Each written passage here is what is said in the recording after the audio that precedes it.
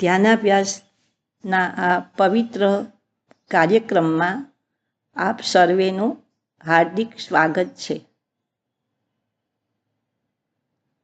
ધ્યાનાભ્યાસમાં મુખ્ય નેત્રો બંધ કરવાના, કોઈ હાલવા ચાલવાની ક્રિયા નહીં, મૌન લેવાનું અને ભગવાનની પ્રતિમા સમ કોઈ પણ આસનમાં જે પણ આપણને અનુકૂળ લાગે એમાં બેસી જવું. પોતાના ધ્યાનને પોતાની તરફ લાવવું.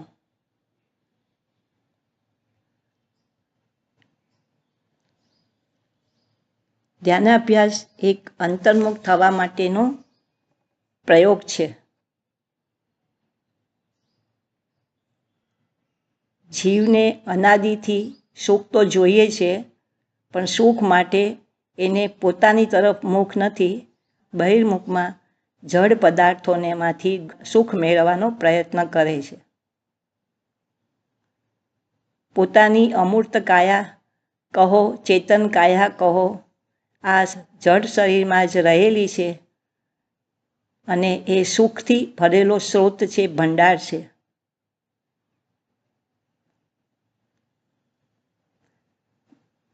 બે શરીર છે, એક પૂતગલ શરીર અને એક ચેતન શરીર. આ બંનેની જે પણ વિશેષતા જે છે એ હજી બહારમાં બહુ પ્રસિદ્ધ નથી. મૂર્ત શરીરની અંદર જ અનાદિથી આપણું અમૂર્ત શરીર રહેલું છે. એ જ ક્ષેત્રમાં અને એ આકારે આપણું અમૂર્ત શરીર છે. જે પૂતગલના અંગ ઉપાંગ છે એ જ આપણા અમૂર્ત કાયાના અંગ ઉપાંગ છે.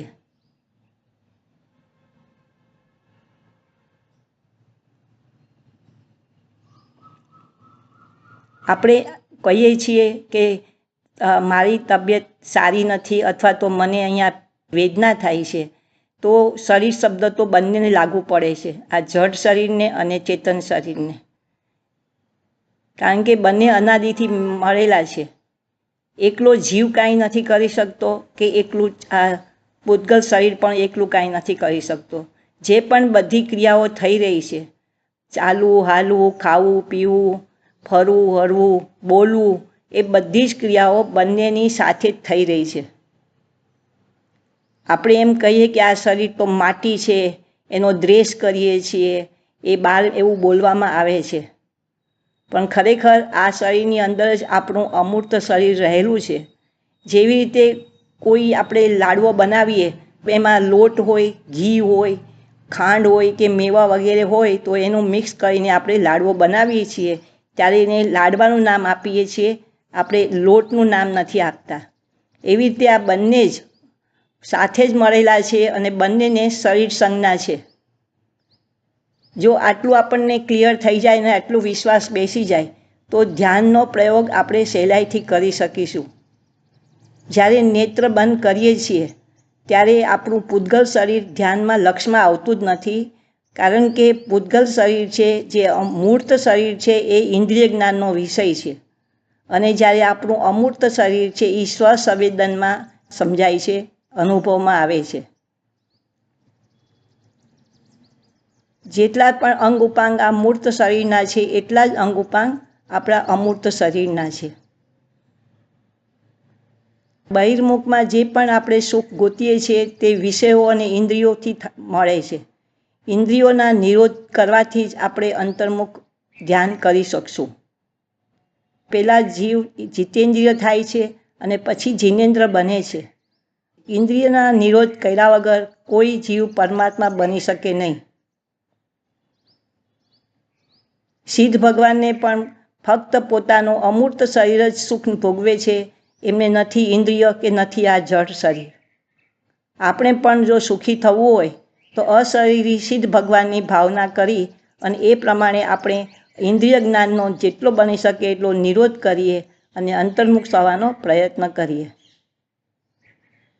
અંતર્મુખમાં જે આપણે પ્રયત્ન કરીએ છીએ, આખું આપણું અમૂર્ત શરીર છે એક સાથે લક્ષમાં ન આવે. આપણે છદ્મસ્ત દશામાં છીએ એટલે આખું શરીરનું એકસાથે વેદન નથી આવી શકતું અનુભવમાં. તો માટે એના નાના નાના ભાગ કરીને ખાલી અંગ ઉપાંગના નામ તો એટલા માટે આપવામાં આવે છે કે ત્યાં આપણું ધ્યાન કરી શકીએ.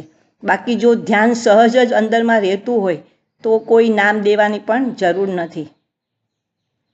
અંદરમાં જે પણ અંગમાં આપણે પોતાની સુખ અથવા તો દુઃખની વેદના થાય છે તો સુખ સ્વાભાવિક, પણ પોતે અનાદિકાળથી બહારમાં લક્ષ્ય કરીને વિષયોમાંથી સુખ મેળવવાનો જે પ્રયત્ન કર્યો છે એમાંથી કર્મો આવીને આપણા આત્મપ્રદેશોમાં પડ્યા છે. એને કારણે કોઈ જગ્યાએ વેદનાનો પણ અનુભવ થાય છે. હવે સુખ અથવા તો વેદના જે પણ હોય એ પોતાનું જ સ્થિતિ છે, પોતાની જ અવસ્થા છે. એને સમભાવે સહિષ્ણુ બનીને અનુભવવાની છે. તો એ જે પણ આપણને સ્થિતિ છે એને અનુભવવાથી આપણે ભવિષ્યમાં પણ કોઈ વેદનાવાળા કર્મો નહીં આવે અને ત્યાં પડ્યા હશે સત્તામાં તો એ પણ નષ્ટ થઈ જશે. ધ્યાનની એવી તાકાત છે કે લાખો કરોડો વર્ષથી કરેલા કર્મો એક ક્ષણમાં વધુમાં વધુ જો 48 મિનિટ પોતાની અંદર રહી શકે તો પરમાત્મા બની જાય એવી ધ્યાનમાં તાકાત છે. તો આપણે અત્યારે શરૂઆતમાં ભલેને એક ક્ષણ પણ જો આપણે આપણો ઉપયોગ અંદર રાખી શકીએ તો એક ક્ષણમાં પણ ધીમે ધીમે આપણા કર્મો નષ્ટ થઈ જશે ને એક દિવસ એવું આવશે કે શુદ્ધ અવસ્થા પ્રગટ થઈ જશે. અને અત્યારે પણ પોતે જ અનુભવ કરીને જુઓ, પ્રયોગ કરીને જુઓ કે અંદરમાં લક્ષ્ય કરવાથી શાંતિ તો લાગે જ છે, કશાય પરિણામો થતા નથી અને વિકલ્પ પણ ઉત્પન્ન થતા નથી. એટલે નિર્વિકલ્પ દશા એક સમયની પણ હોય તો પણ અનુભવમાં આવે છે અને શાંતિ લાગે છે. અને જ્યાં વેદના નથી ત્યાં સુખ સમજવાનું. સુખ કંઈ નવી ટાઈપનું સુખ નથી. જે આપણે શારીરિક સુખ દુઃખ છે ને એ જ સુખનો અનુભવ થાય છે. અને આપણે પાસે શારીરિક સુખનો સ્વભાવ છે એટલે તો આટલા ટાઈમ સુધી આપણે બધા કાર્યો કરી શકીએ છીએ. જીવમાં સુખ સ્વભાવ ન હોત તો એ કાંઈ કરી જ ન શકત. એટલે પોતાને સુખ જ જોઈએ છે, મને બીજું કાંઈ જોઈતું જ નથી. કેવળ જ્ઞાન પણ મને નથી જોઈતું, મારે તો સુખ સ્વભાવિક અશરીરી સિદ્ધ ભગવાન બની જવું છે એવી જ ભાવના ભાવી. આપણે પૂર્ણતાને લક્ષ્ય શરૂઆત કરવી જોઈએ ને. એટલા માટે પોતાના ધ્યાનને પોતાના મસ્તકથી પગ સુધી જે પણ ભાગમાં પોતાનું ધ્યાન રહી શકે ત્યાં રોકાવાનો પ્રયત્ન કરવો. આપણે ખાલી આટલો જ પ્રયત્ન કરવાનો છે કે બહારથી આપણું ધ્યાન હટાવીને અંદર તરફ લઈ જવાનું છે. અંદરમાં પોતાનું લક્ષ્ય થતાં સ્વયં અંદરમાં થતી જે પણ સુખ અથવા તો દુઃખની વેદનાનો સહજ અનુભવ થઈ જાય છે, કરવો નથી પડતો. આબાલ ગોપાલ સૌને પોતાનો આત્મા જણાઈ રહ્યો છે એવું આવે છે ને તો અનુભવી રહ્યો છે. જણાઈ રહ્યો છે એટલે આત્મા તો જ્ઞાનનો વિષય છે જ નહીં ને, એટલે બોલવામાં આવે એવી રીતે કે આત્મા જણાઈ રહ્યો છે. આપણે આપણા ધ્યાનને પહેલાં મસ્તક ઉપર લઈ જઈએ.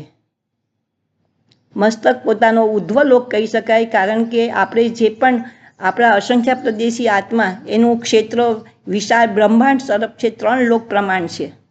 પરંતુ એ કર્મોને કારણે પ્રાપ્ત મૂર્ત શરીર પ્રમાણે આપણે જે પણ શરીર મળે એ પ્રમાણે આત્માના પ્રદેશો સંકોચ વિસ્તાર થઈને એ આકાર ધારણ કરે છે. મસ્તકના ભાગમાં થતી સંવેદનાને અનુભવીએ. હું જે પણ અંગનું નામ લઉં ત્યાં તમે થોડી વાર રોકાવાનો પ્રયત્ન કરશો. લલાટ,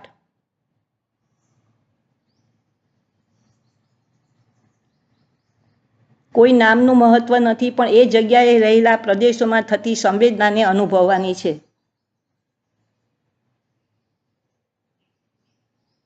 બંને ભવરોનો ભાગ પલક, પલક આંખ ઉપરની પલક.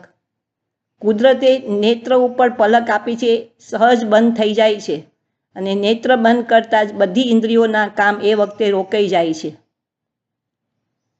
આ સુખનો અનુભવ કરવા માટે કોઈ ઇન્દ્રિયની જરૂર નથી, કોઈ પર પદાર્થની પણ જરૂર નથી, ધનની જરૂર નથી. ખરેખર તો વસ્તુ સ્વરૂપ સમજાઈ ગયું અને આપણને ખ્યાલ આવી ગયો કે આત્માનો અનુભવ એ જ સુખનું કારણ છે. પછી કોઈ શાસ્ત્ર જ્ઞાન કે વધારે જરૂર નથી. અનુભવનો પ્રયત્ન જ કરવાનો છે.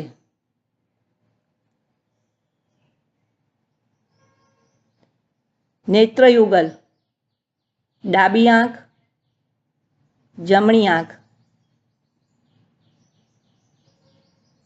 કર્ણયુગલ, ડાબો કાન, જમણો કાન.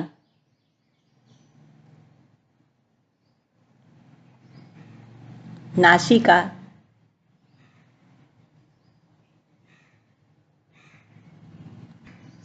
આ તત્વાસૂત્રની ટીકાની એમાં બધું જ ક્લિયર કર્યું છે.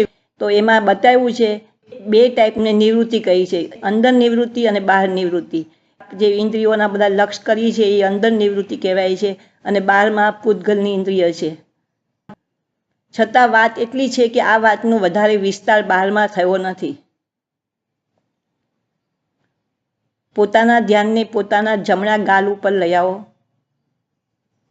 ડાબો ગાલ, મુખમંડળ. આ પૂતગલનું મુખમંડળ નથી, પોતાનો અમૂર્ત મુખમંડળ છે. બંને હોઠોના ભાગ, દંતપંક્તિ, જીભ, તાળવું, કંઠ. આત્માના પ્રદેશો ઊંડા ઊંડા હાડકામાં રહેલા છે. જો આપણને હાડકા ઉપર વાગે છે તો કેવું પેઇન થાય છે અંદરમાં ઊંડે ઊંડે. એ અંદરમાં ઊંડે ઊંડે આત્માના પ્રદેશો રહેલા છે. અને આત્માના પ્રદેશો સ્થિર નથી, અંદર લોહીમાં પ્રદેશો પણ લોહીમાં ફરતા હોય છે. બહુ આપણને એકદમ સૂક્ષ્મ આપણું ધ્યાન રહેશે ને તો અંદરમાં કાંઈ ને કાંઈ સંવેદના અનુભવમાં આવે છે.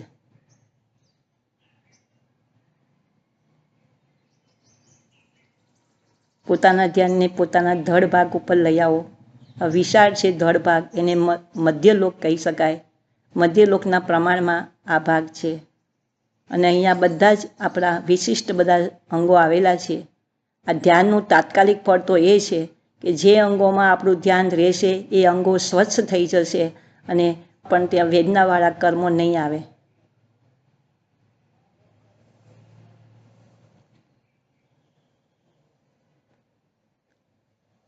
પેટનો ભાગ,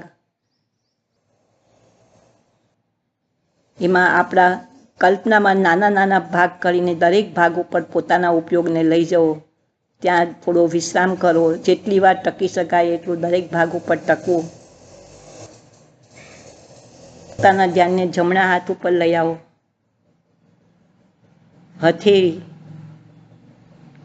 હથેળીની પાછળની સાઈડ થોડા ખેંચાણ આપશો હથેળીમાં સીધું તો અંદર થોડી સંવેદના પણ થાય છે.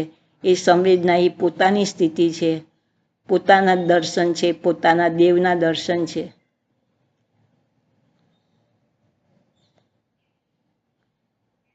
અંગૂઠો, પહેલી આંગળી, બીજી આંગળી, ત્રીજી આંગળી, ચોથી આંગળી, 5 આંગળીઓનો અગ્રભાગ, કલાઈ, કલાઈથી કોણી સુધીનો હાથ, કોણીથી ઉપર ખભા સુધીનો હાથ, પૂરો જમણો હાથ,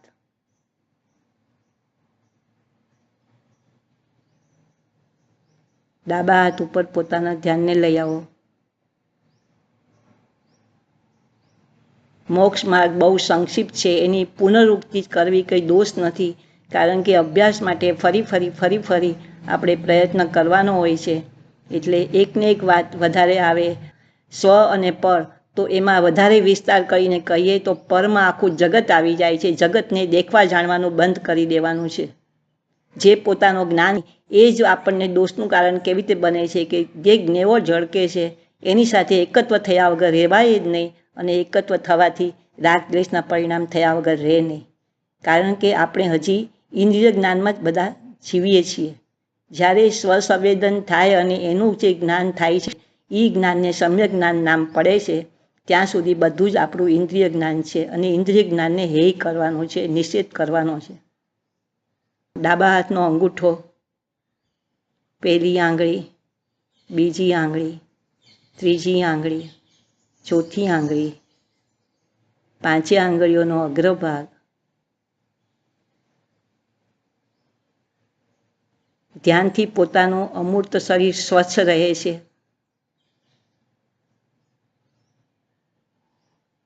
કલાઈ, કલાઈથી કોણી સુધીનો હાથ, કોણીથી ઉપર ખભા સુધીનો હાથ, પૂરો ડાબો હાથ, બંને હાથ એકસાથે.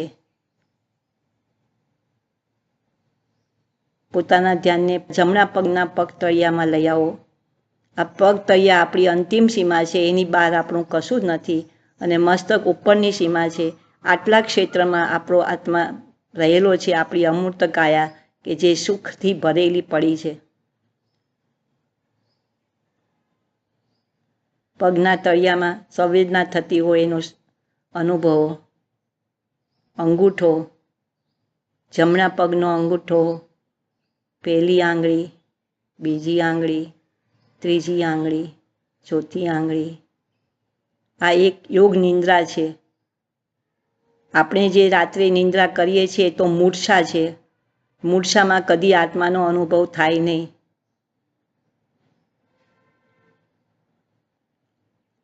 પગનો પંજો, એડી, પિંડલી, ઘૂંટણ.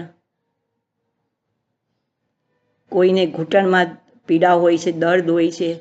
તમે અનુભવ કરીને જુઓ કે એને જગ્યાએ પોતાના ધ્યાનને રોકીને સમભાવે પીડા સહન કરશો તો થોડા ટાઈમમાં ત્યાં પોતાની રાહત થઈ જશે અને વેદના દૂર થઈ જશે. આજે ઉત્તમ ઔષધિ છે. ધ્યાન એ ઉત્તમ ઔષધિ છે, રસાયણ છે. બહારમાં કોઈ દવા કામ આવે એવી નથી. એ તો આપણને થોડી વાર લાગે કે કોઈ દવાથી સારું થયું અને પછી ડબલ ઓલાથી આપણો રોગ બહાર નીકળે છે અને વધારે પીડા થાય છે, આપણે જોઈએ છીએ.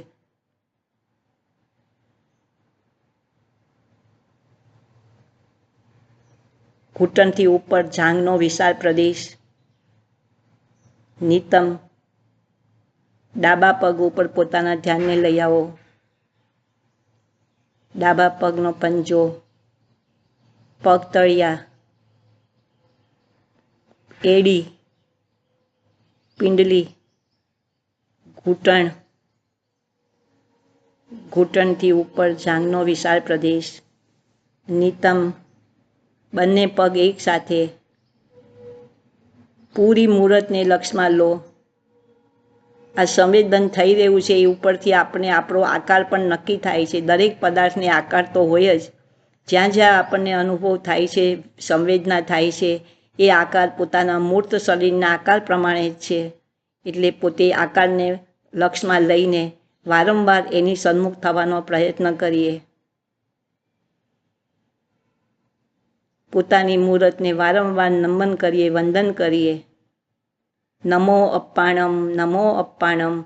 આપણે નમસ્કાર મંત્ર બોલીએ છીએ એ બધા પર ભગવાનના નામ લઈએ છીએ અને પર ભગવાનની ભક્તિ કરીએ છીએ.